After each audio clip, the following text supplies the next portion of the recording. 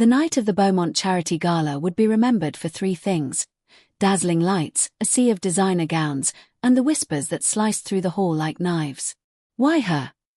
She's not exactly what I expected from Adrienne King. The billionaire could choose any woman. Why marry her? Their words traveled, cruel, coated with envy, and stabbed their target straight in the heart. Naomi King stood still, refusing to flinch. Her deep brown skin glowed under the chandeliers, her coiled hair pinned in a soft crown, and her form hugged a royal blue gown she had spent hours altering by hand. Yet, despite the effort, she could still hear the venom. Ugly. Not worthy. Not the billionaire's type.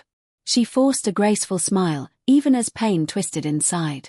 Across the hall, the man who was the cause of this storm moved with the confidence of someone used to owning the world. Adrienne King, CEO, billionaire, the most sought-after bachelor in New York, cut through the crowd in a flawless black tuxedo. But the moment his eyes found his wife, everything stopped.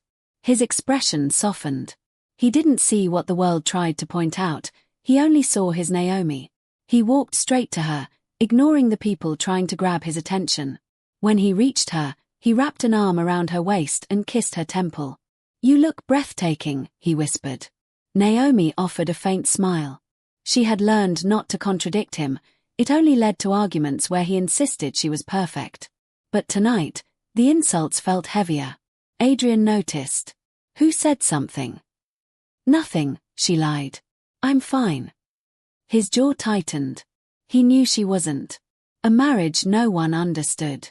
When news broke that the billionaire was marrying a woman who didn't fit society's standards of beauty, the internet had erupted. She must have trapped him. Gold digger. His only marrying her for charity image. In truth, Adrienne married Naomi because she was the only woman who ever saw him, not his money or fame. They met during a power outage in his London office building. She was the electrical engineer sent to fix the emergency system.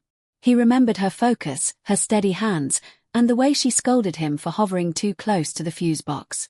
"You're blocking my light. Move," she had said without looking up. He had been stunned. No one ever spoke to him like that. Naomi didn't know his name then. She treated him like a person, not a walking fortune. For Adrienne, it was over from the moment she said, "Pass me the pliers, please." But the world didn't know that. And tonight, they made sure Naomi felt it. The gala that broke her.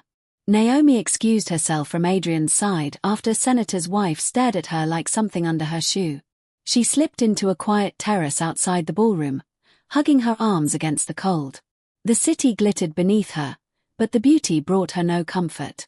Maybe everyone was right. Maybe she really didn't fit beside a man like him. Her thoughts spiraled until a familiar coat draped over her shoulders. "Adrienne." He turned her to face him gently. "Naomi, talk to me." Her throat tightened. "Adrienne, I don't belong in your world." His eyes hardened. "Who told you that?" "Everyone." She exhaled shakily. "I hear the whispers every day. The comments online. The stares. They call me ugly. They wonder what you see in me." His chest rose sharply. "I see the woman who rebuilt my office server during a storm while humming Beyoncé. I see the woman who eats pancakes at midnight and looks at me like I'm just a man, not a billionaire." His voice cracked. "I see the woman I love." Tears burned her eyes. "I married you," he said quietly, "because your soul is beautiful. But what they don't understand is, you are physically stunning. They're too blind to see it." She shook her head. "You're biased." He cupped her face tenderly. "I'm obsessed." A shiver ran through her.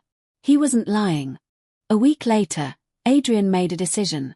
If the world refused to see Naomi's beauty, he would show them.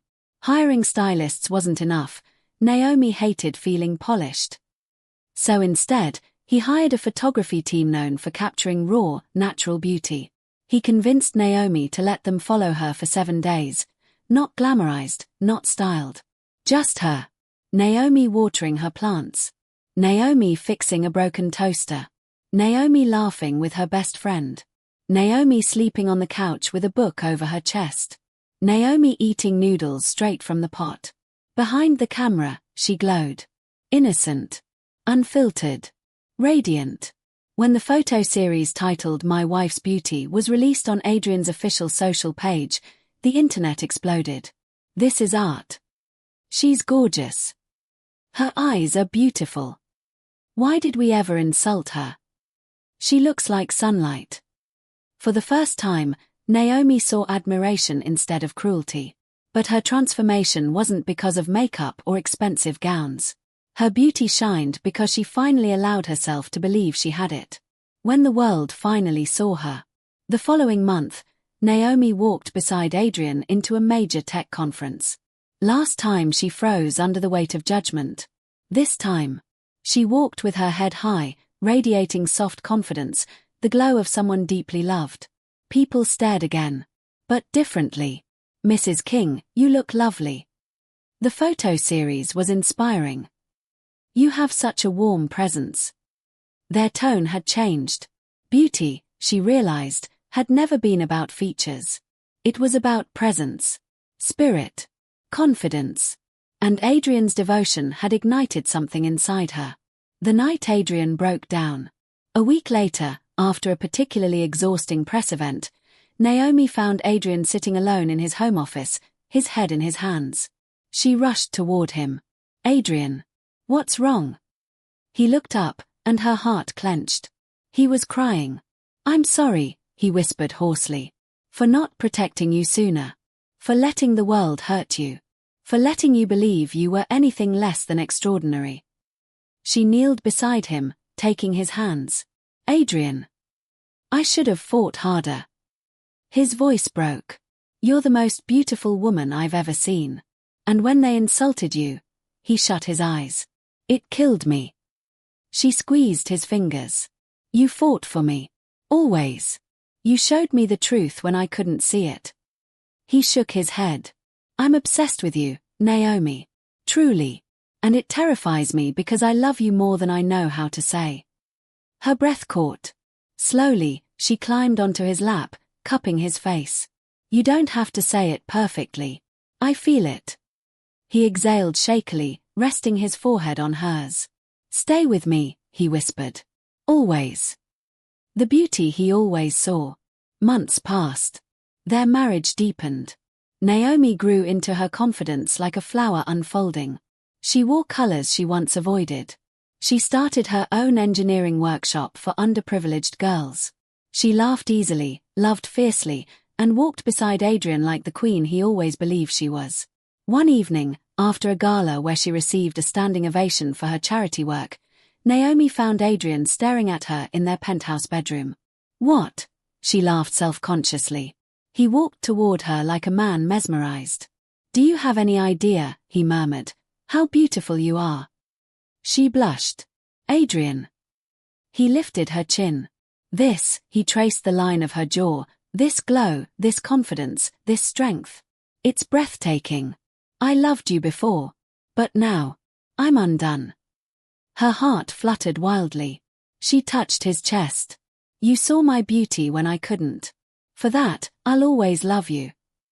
He kissed her gently, reverently, like she was art. When he pulled away, he whispered. They can call you whatever they want. But he brushed his thumb over her lips, I call you the most beautiful woman I have ever known. She smiled softly. And now, she whispered, so does the world.